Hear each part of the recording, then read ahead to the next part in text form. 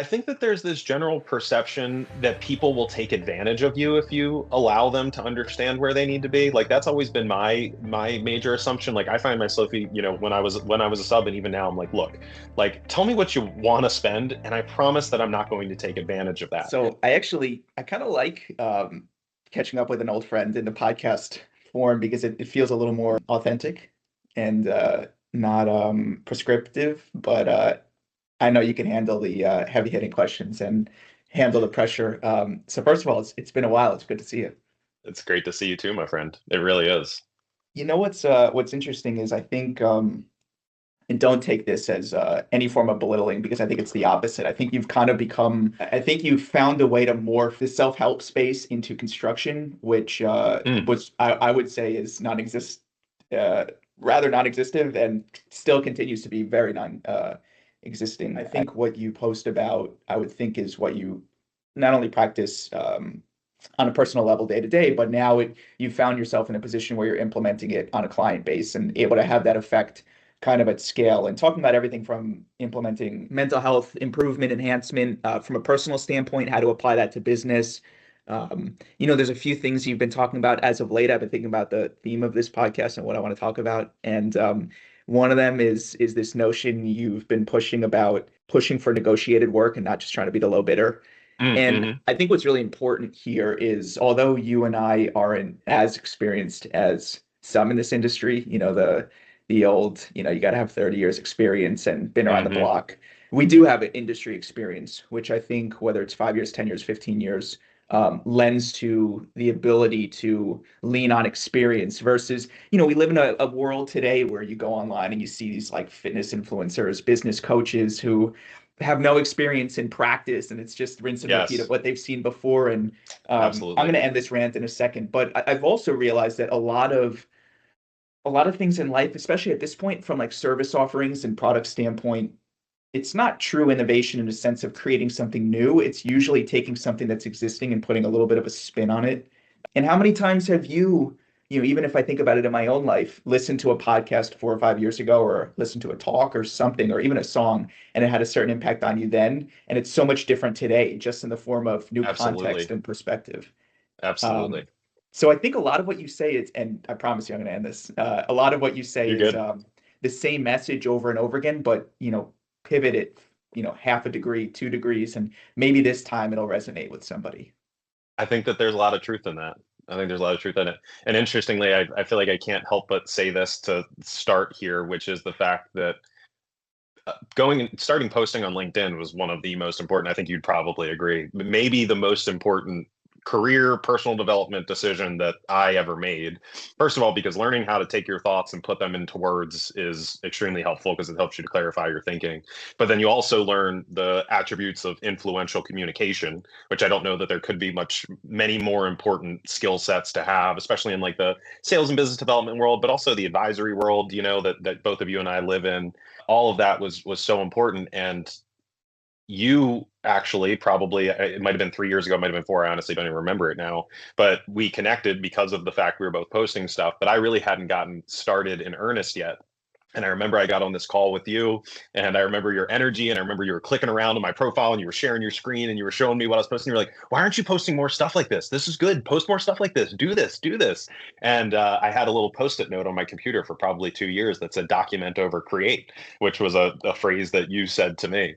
And so while there was many things that led to me making that decision, which ended up being one of the best ones of my career and personal development journey, like you were a very significant part in that because I think for me, there's always been this thing, and maybe I've shared this with you before. There's always been this thing for me where I found that my mentors, coaches, advisors that end up showing up in my life typically have this sort of, if you know the disc profile, sort of like high D, high DI energy, but like this idea of like go, go, go.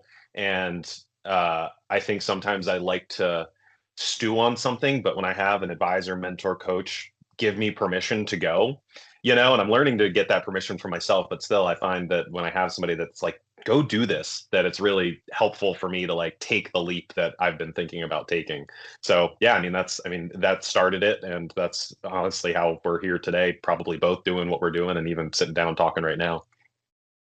And it's this strange sort of feedback loop where you meet mentors, you get experiences, you engage with great clients, and it sort of affirms like keep going in this direction because something's working, even though it's very Yes. faith-based and you have to have a lot of hope and trust in the process.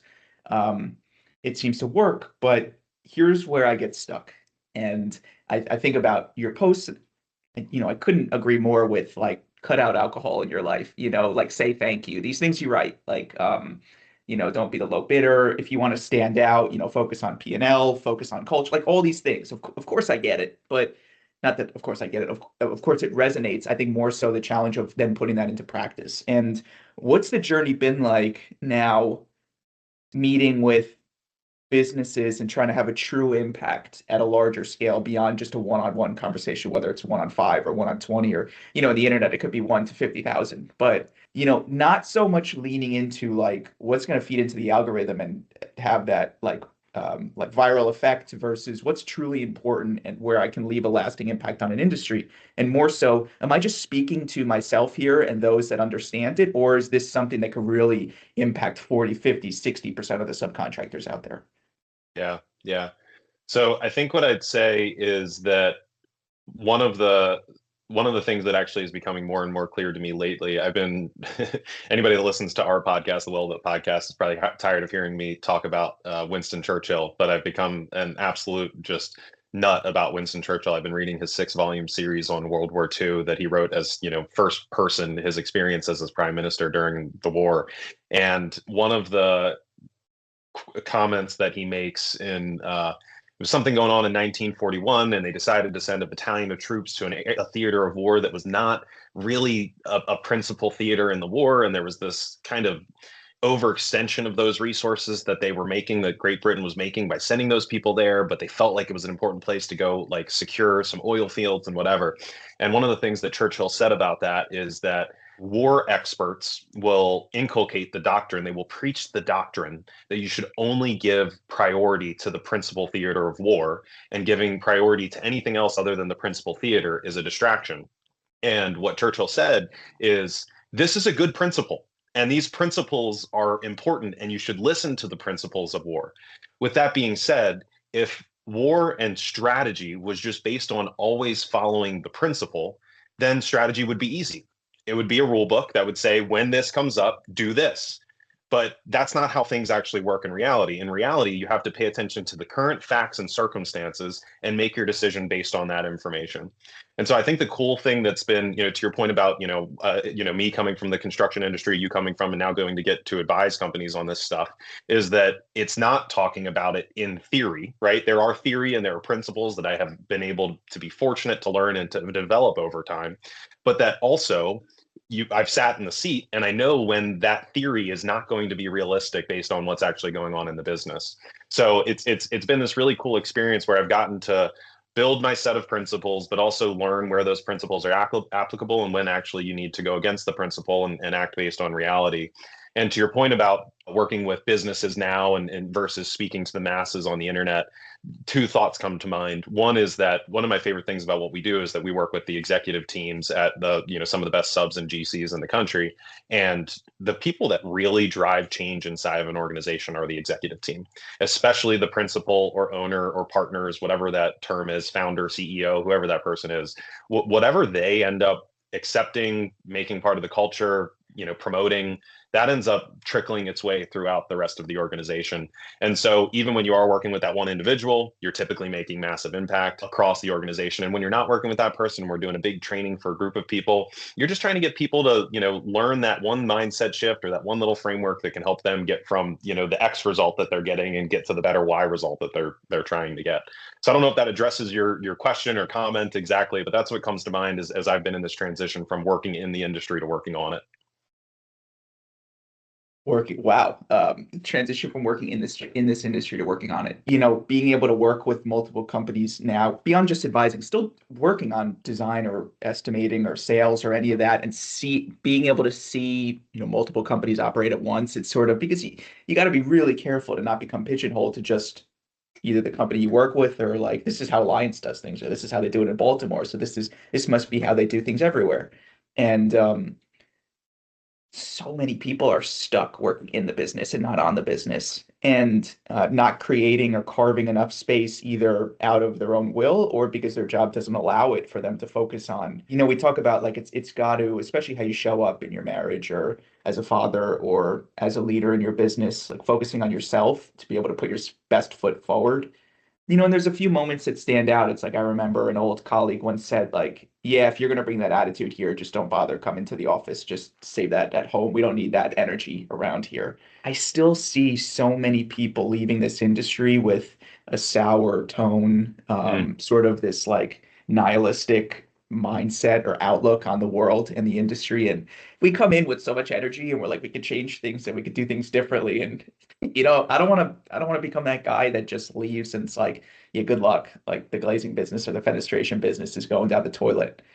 And when you get burned so many times, I think that's where things become really challenging. And I've been burned by people that I thought were friends or people that I thought I could mm, trust. And mm, um, you become super, super skeptical and mm, paranoid and nervous and mm, anxious. And mm, you know, getting that buy-in and ownership, because as you said it, you're dealing with the executive. And why are they going to buy into all this? Because they have skin in the game ultimately. A lot of times their financial outcome is performance based or outcome based. And mm, whereas an estimator might be on a fixed salary or a project manager. And so getting these people, I think ultimately, like, maybe this is just because here's the other problem. I do this live podcast at some of the trade shows, and I get to talk to subcontractors or architects or owners or whatever. And they talk on the podcast, and then you click that record button and end it, and then you hear what's really going on. And mm. there's this, how do we want to present ourselves in public versus what are the skeletons in the closet or what's really going on behind Thousand closed percent. doors? And it's I think the best cultures I've seen in this industry are private businesses that have either formed an ESOP or something where you create a path for employees to have ownership to whatever degree that means or to whatever degree they elect for. But in that realm, you're going to attract a certain type of professional that wants to feel part of a team, wants to feel part of the outcome. And I think that path can create more unity, so sort of like a more synchronous nature where everybody's singing the same tune versus when you see these companies getting rolled up and scaling and getting larger and larger. First of all, a lot of these people are using these jobs as a stepping stone. Second of all, especially with the world that we're in of private equity, there's so much pressure to hitting numbers quarter by Hmm. quarter or year by year, and all of a sudden your decision making gets skewed. Hmm. And I guess the question is like how much staying power that has in our industry. And from what you've seen, if the most successful or impactful cultures is those where you have agency and ownership and accountability throughout the Mm, organization. mm. Yeah, I love that. So, the first thought that comes to mind is it's somebody that I actually haven't talked to in a while that I should reach out back out to. But there's a guy named Mark Zweig, who's the founder of the Zweig Group, which is a architecture, engineering, construction consulting company, really great company. And I think it was in his book Confessions of an Entrepreneur that he basically wrote that when you have people in your organization who you believe could be entrepreneurs themselves open their own businesses, that you should actually cherish those people. And to your point that you made at the start of this conversation around taking the personal health and mental health aspect and bringing it to the business world, I think one of the things I've observed with business owners, and it's very natural. How do you become a business owner? You become a business owner by being the baddest mamma jamma out there, who's not afraid of anything, who's willing to go into uncharted territory and build a business. And I think that mentality is a similar mentality. It's a competitive nature that makes it hard for business owners to cede control, to give to go to an ESOP or to create a clear incentive plan or to bring partners into the business. I resonated when Mark said that because the reality of when you disincentivize somebody from thinking entrepreneurially and acting entrepreneurially is that what you end up doing is accidentally forcing them out of your organization, or forcing them into complacency where they stop being as good as they were, because what they've learned is if they try to break through this certain ceiling, they're going to get their hands slapped and they're going to be made to feel a certain way about it. And so they're just going to stick at this certain level, or they're going to say, I'm fed up with being stuck at this level and I'm going to go out somewhere else. I'm going to open my own business, or I'm going to go be cherished by somebody else that is willing to accept the fact that I am entrepreneurial. And so I totally agree with you that ESOP is a great platform for it. Profit sharing, clear incentive and bonus programs, all of these things are ways that you can help to influence this idea.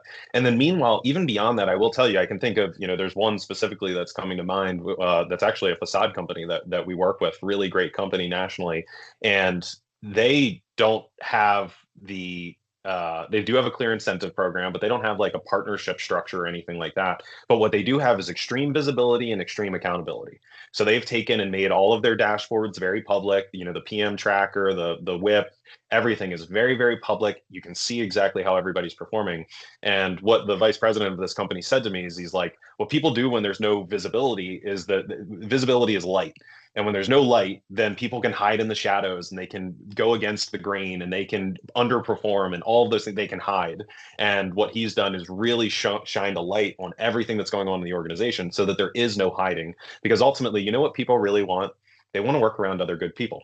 It's really that simple. And so just, if you're listening to this and you're a business owner, like, yes, partnership, ESOPs are all paths to get there. But at the very least, you got to start with a culture of accountability where people are missing the expectation is unacceptable. And if you can get there, I promise you that you will be more likely to grow and have a much better culture in general. So what you just said, what people want, they want to work around other good people. I think a certain persona, yes. And maybe, I don't know if anybody would really get on a public platform or really have a private conversation and say they don't want to work around good people. But and I probably should say good people want to work around good people, to your point, because I think that is an important. There are people out there that are just curmudgeons that are stuck, but keep going. Yeah, keep going on that line of thought. So this is where now let's get into, do you want to focus on, let's focus on the subcontractor world, like make that the theme or discussion, because that's where I've seen it where you live or lived, continue to live. Yep. And you were an estimator, and estimators, I think are, I have a gripe right now with how to bridge, and everybody has a different definition for what sales is. I don't know. And, I think I have my own definition. Yeah. I think business development is like the morph of sales and marketing, right? You need to get the attention, you need to garner interest, but you need to sell, and maybe that's business development. But then when you discern those two, what is sales? Like some people, in a sense, estimating is kind of sales, because like business, like let's go through that trajectory. You get some interest, you have the relationship with the GC or the architect, you get in a spec, or you get the owner paying attention to, we're this sub out of Baltimore, we've done this for this many decades, here's our portfolio. But then you get to a point where we're pricing the job and it's like handed over to an estimator. Now, what is not sales involvement? What is not sales responsibility versus estimating? And I cannot myself, and I still don't know, get like this, and it's not a rule of thumb where this applies to all businesses, but like how you bridge that guy that posts on the internet all the time and got the interest or attention of a project team, or guy that has the relationship. So early touch stage, and it could be 2 years later, over to when the project is handed over to PMing. That bridge, I have no idea how the hell to define.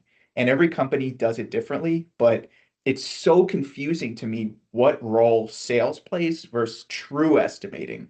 Because, it's like you could call estimating, I don't know, putting together a spreadsheet. You could call estimating like looking at a plan of a set of drawings and saying like they're missing this, or what's going to happen at this termination, or they're not accounting for this. So like people might call that a good estimator, bringing forward like uncovering like discrepancies within the construction documents or whatever it is, and bringing it to the awareness. But you talk a lot about estimating. So in your eyes, what is a good estimator? Oh, I love this question. A good estimator is, first of all, must nail the cost.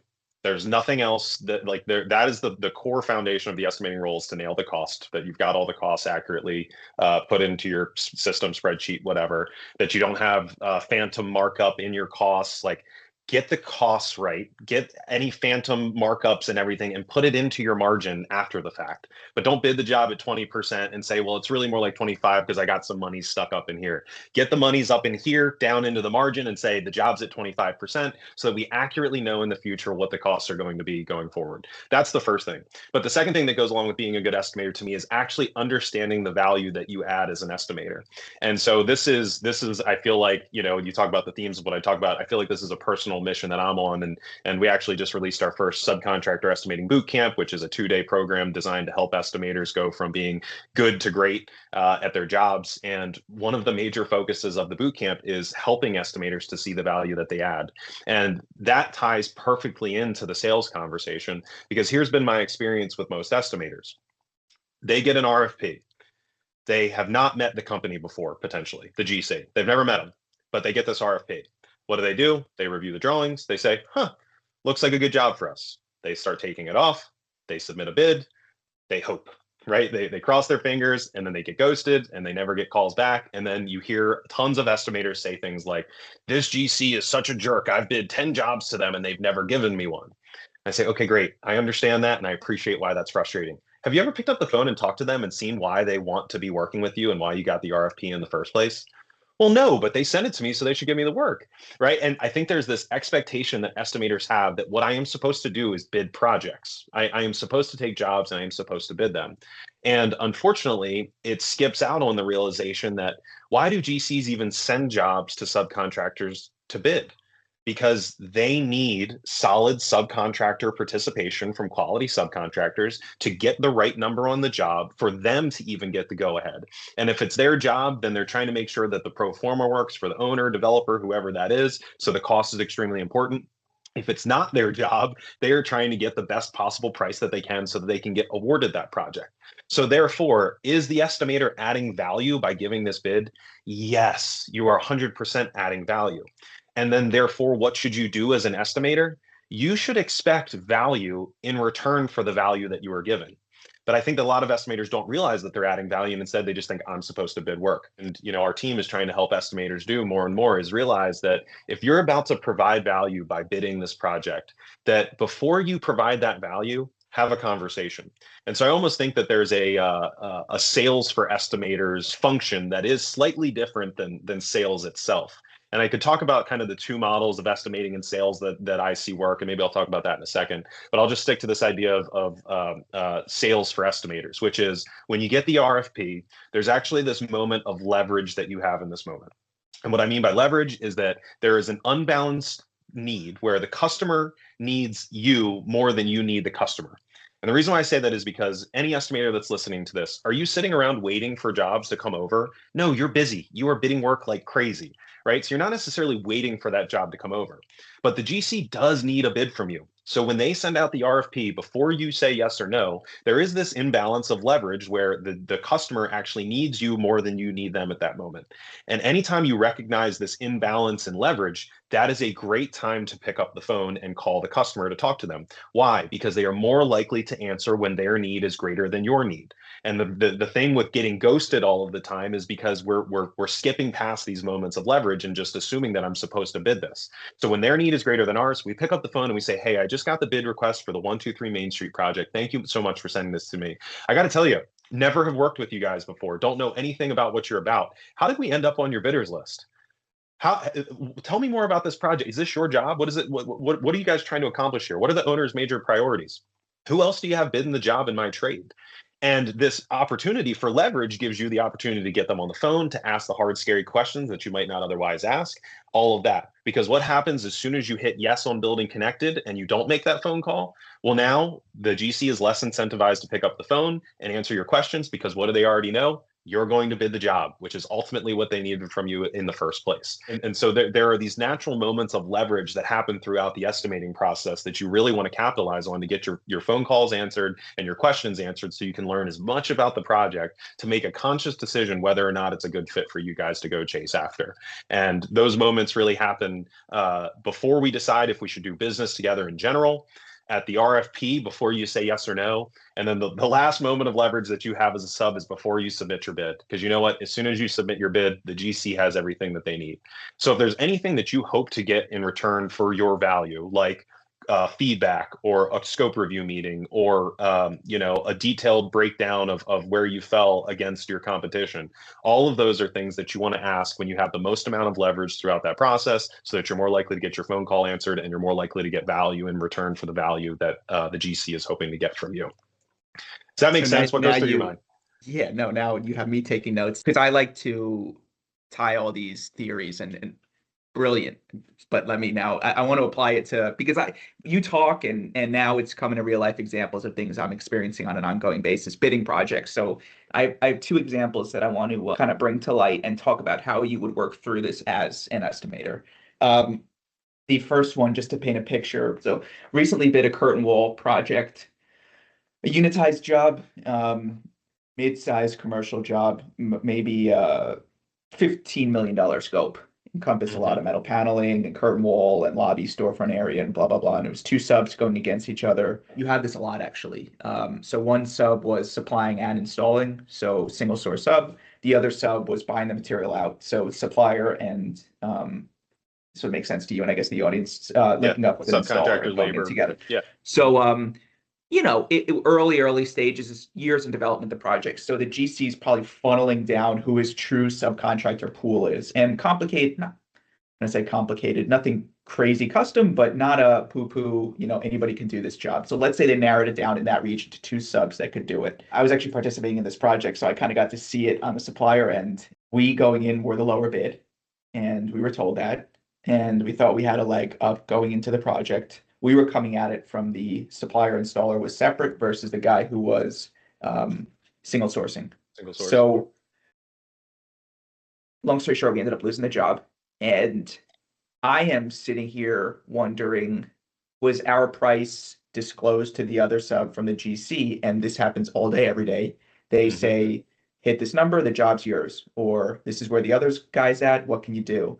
And I've been thinking a lot about how they teach engineering ethics, because I spoke about this previously, so we don't need to get into specifics, but business ethics is like a huge topic in the business world. What you think about when it comes to the word ethics for general contractors, and trying to understand that they have a job to do as well. And depending on who you're speaking with, whether it's their estimator or their project executive or whoever they are communicating with directly to the owner, what their motives and incentives are. And understanding that, you always talk about not being the low bidder and trying to communicate and understand what the project drivers are. But when you go through this experience one too many times of you put so many resources into a project, only to feel like at the 2-yard line, you got the rug pulled out underneath you and your number was shared and the other guy came in lower, and they might or might not have put that many dollars or resources into the project.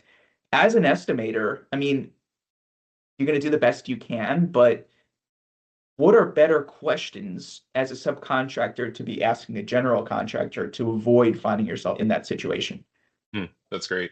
Yeah, totally understand. And I guess I'll say on the context of like the ethics side, I think one of the things that maybe I'm wrong about the way that I think about it, but especially when you think about like private funding and obviously coming from a bank or whatever, like you can do whatever the heck you want with your own money. Like you think about, if I'm getting the roof done at my house and my best friend's a roofer, like I might get a quote from somebody else that's cheaper, but if my best friend's a good roofer and I want to work together with my best friend, then I'm going to, choose my best friend. And so I always think about in construction that there's really three major components to negotiating work. There's credibility, belief that you can do the job. There's relationship. There's some desire to work together. And then there's competitive offer, which sometimes, and I think I have to be more clear about this in my messaging out to the world, sometimes you got to be the freaking low bidder to end up breaking in with a customer, breaking in a new market, whatever. And that doesn't make it bad. You just should go into that consciously instead of always beating your head against the wall and being like, oh my God, we always have to be low. We always have to be low. And so those three things are going to be the critical factors that you've got to try to establish throughout the sales process.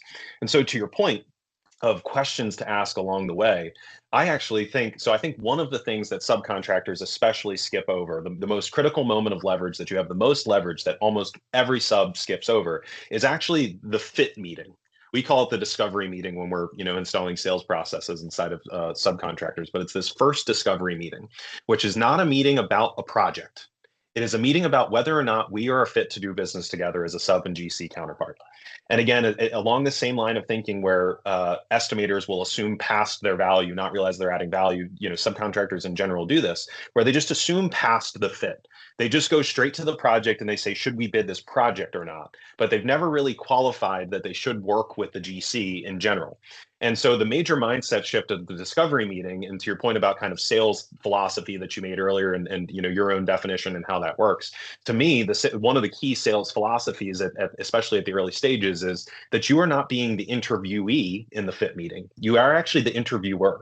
You want to end up figuring out whether or not you are the right guide for this customer, this hero in the hero's journey framework, that the customer is your hero. Would you be a good guide for this hero?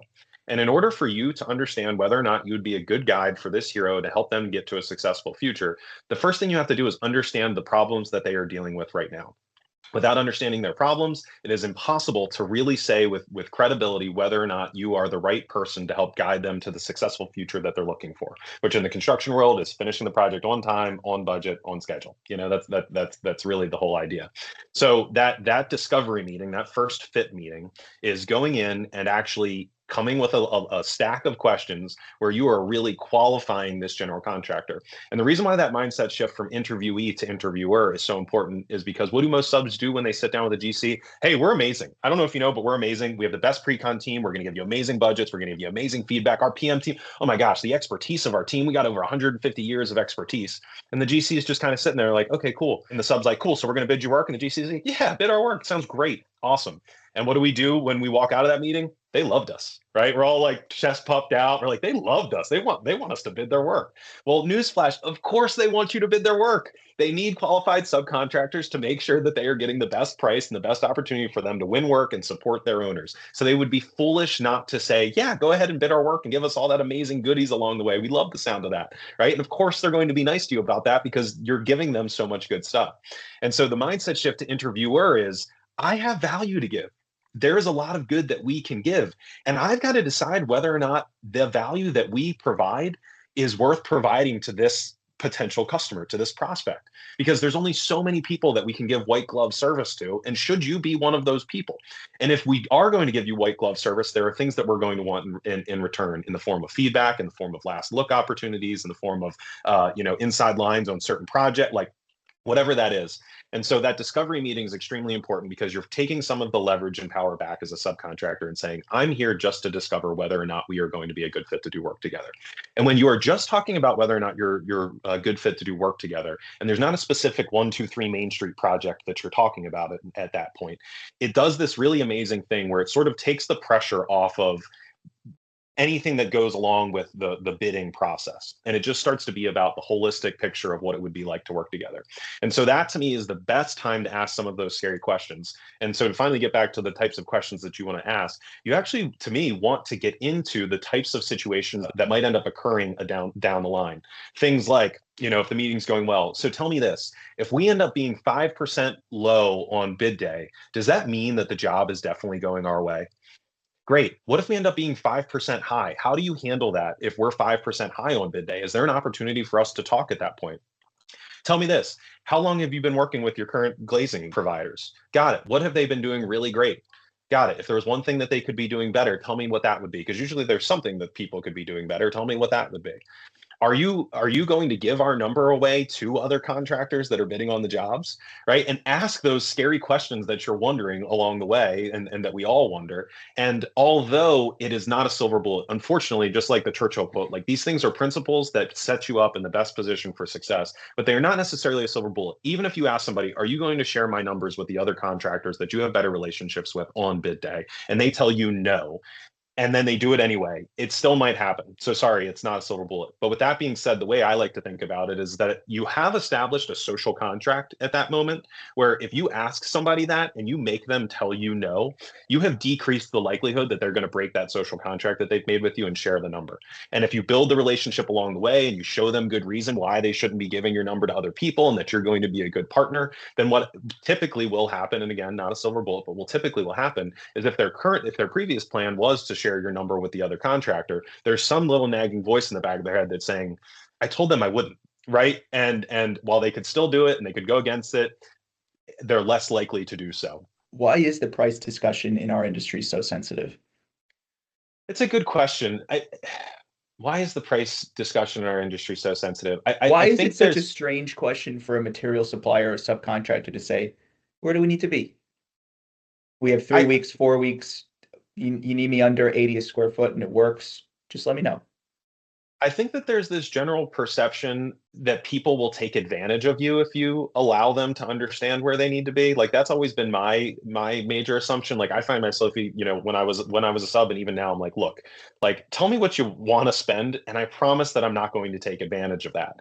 Now, meanwhile, you've got to establish a ton of trust for them to actually believe you when you say that. And so it goes back to the relationship building component and all of that kind of stuff. But I think that people worry that they're going to be taken advantage of. And I think beyond that, I think that the momentum of the construction industry over the years has been more design, bid, build, low bid wins. And so there's a general lack of experience for buyers at general contractors to realize that there is a different way to do business than to just award the low bidder. It's what they were taught, it's what their father did before them and their father before them, all that kind of stuff. And so one of the things I always say is that one of business development and sales' major responsibilities throughout the sales process is to educate the customer, educate them about why doing it this way is better than the other way, educate them why changing their typical buying process might make the most sense on this project, whatever that looks like.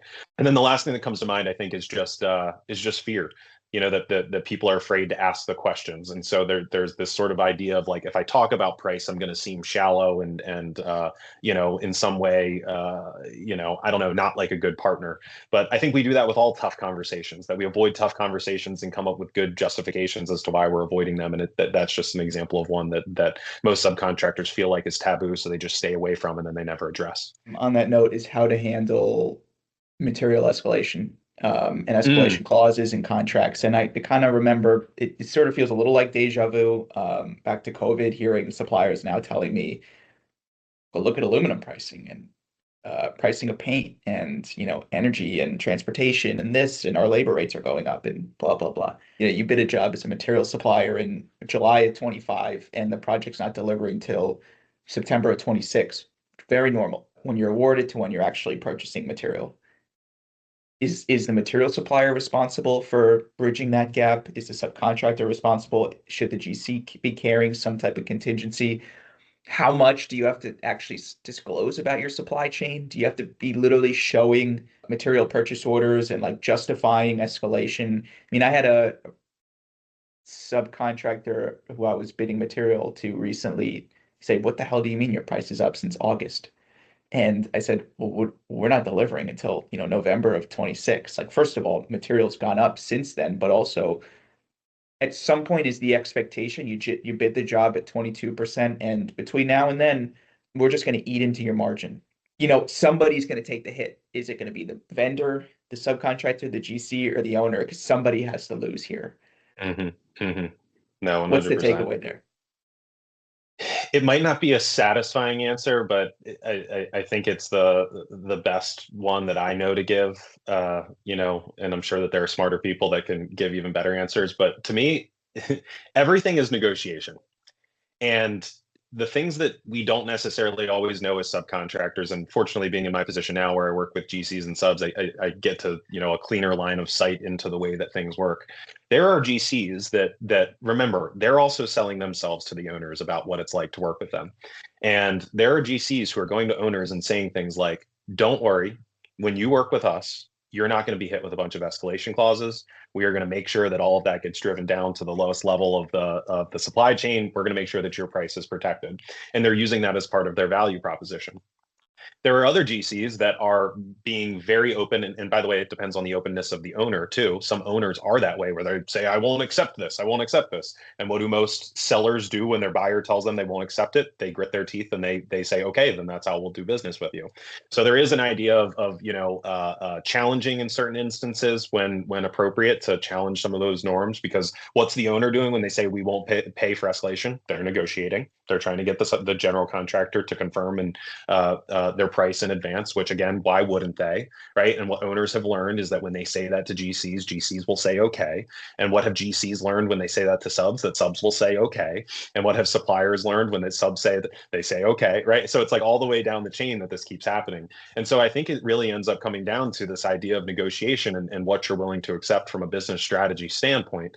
And again, I know that might not be satisfying, but like if I think your point about COVID is great, because I think what COVID did is, especially with the tariffs and how things have been changing over the last 18 months with that, we've got a lot more experienced people in the industry that know how to deal with escalation than we did 6 years ago when we were going into COVID. People got tons of reps at learning how to handle those situations. And that goes for the GCs that learned that if you are hard and fast with your subs, that you're not allowed to have escalation, but they were able to be successful in that. That also goes the same, that there are subcontractors out there who successfully got escalation clauses into their agreements with their general contractors when they were bidding projects to them back then, that therefore their current line of thinking today is that they're also not going to do the project without having an escalation clause in there. So I don't know who the right person that should have to accept it is. I think probably the truth is somewhere in the middle, but that the reality of the situation, regardless of what the ideal is that if you have some business stance that you want to make, you get to make that decision and end up negotiating based off of it. And just because somebody tells you that you're not allowed doesn't necessarily mean that you're not. And I would totally advocate for you trying to decipher how true that is and figure out if there are ways that you could position it, because most of these things are not usually as black and white as yes you can or no you can't. There might be other ways that you can work around it that end up making it acceptable to both parties. So back to the original question, is a good estimator's job to just clearly delineate all this noise from reality and just deliver those costs, not phantom costs to the business owner, the sales guy, the BD guy, the strategist, whoever, to then make the best business case decision as to, do we cut our prices? Do we add it, this or that? But it's not in an estimator's scope of work to make that determination of what the right call is. Their job solely is to present cost. So love that. And yes, I would say that pricing strategy is an executive function. So some of these ideas of whether or not to do escalation, if we're going to drop our margin below our typical target to get the job, I would encourage that there is some executive in your organization that's tied in with your strategic plan and where you guys are trying to grow and all of that makes those decisions. Now, with that in mind, it also does bring the thought of kind of the two different estimating models that I've seen work. My favorite, and the one that's more elusive, is that the estimator is this hybrid cost estimator, salesperson, relationship developer that is good at doing both of those, that kind of sales for estimating as well as nailing the cost. That is more rare. And in those instances, I would say that there is more onus on the estimator to come and make a recommendation to the executive in charge to say, I think we can capture this margin on this project. There is also a different model, which is that you have cost estimators that are estimators. And this is the more typical model, because the things that make somebody great at nailing the cost are typically the same things that prevent that person from being great at sales and emotional intelligence and influence and all that kind of stuff. In those instances, you're going to want the person that's responsible for the sales process, which might be your business development manager, it might be your vice president of estimating, it might be your chief revenue officer. I don't know who it is at your organization, but those are a couple of examples. And you've got to work in lockstep with those people to keep them informed, to make sure that the sales process is being followed and that person has as much information as they can possibly have to make that margin decision or that escalation decision on the back end. Does that make sense? Yeah, of course. I think estimators are really difficult to find, good estimators. You know what? I take that back. I take that statement back, because I've heard people say that before. Good estimators are hard to find. I think you are doing yourself a disservice by not defining what the expectations are of your estimator. So if you're expecting a hybrid sales estimator, business developer, relationship manager, okay, this is a certain bucket and personnel and persona that we're gonna have to hire for. If you're just looking for an inputter, somebody that's going to be able to spit out costs, totally different function, totally different pay grade, totally different expectations. That is super interesting. Finding the personality type that can get into the number crunching and get specific like that, but also see the bigger picture of strategy and are we trying to get in on this project and who's the competition is it's yeah, it's mixing the black and white with the gray area. Absolutely. Absolutely. God, we could keep going for a really long time. I know. But I wish we could too. this was no, I'm really glad we caught up. Where can people find you outside of LinkedIn? So I would say the best place would be to either check out our website, wellbuiltconsulting.com, or to shoot me an email, mverderamo@wellbuiltconsulting.com. But yeah, ultimately what we go out and do is our mission is to help drive positive change in the construction industry. And we do that by being fractional chief strategy officers to construction companies where we help them build their strategic plan and then actually implement and execute it. And we hire construction professionals because, like we said at the beginning of this, we want people that actually have credibility in this industry to be giving your business advice versus people that just know the principles that they've learned along the way. So yeah, if any of that sounds interesting to you, then please feel free to reach out any of those places. Thanks for doing this, Matt. It was a lot of fun. Yeah, same here, Adrian. Great to see you, man. Yep, we'll talk soon.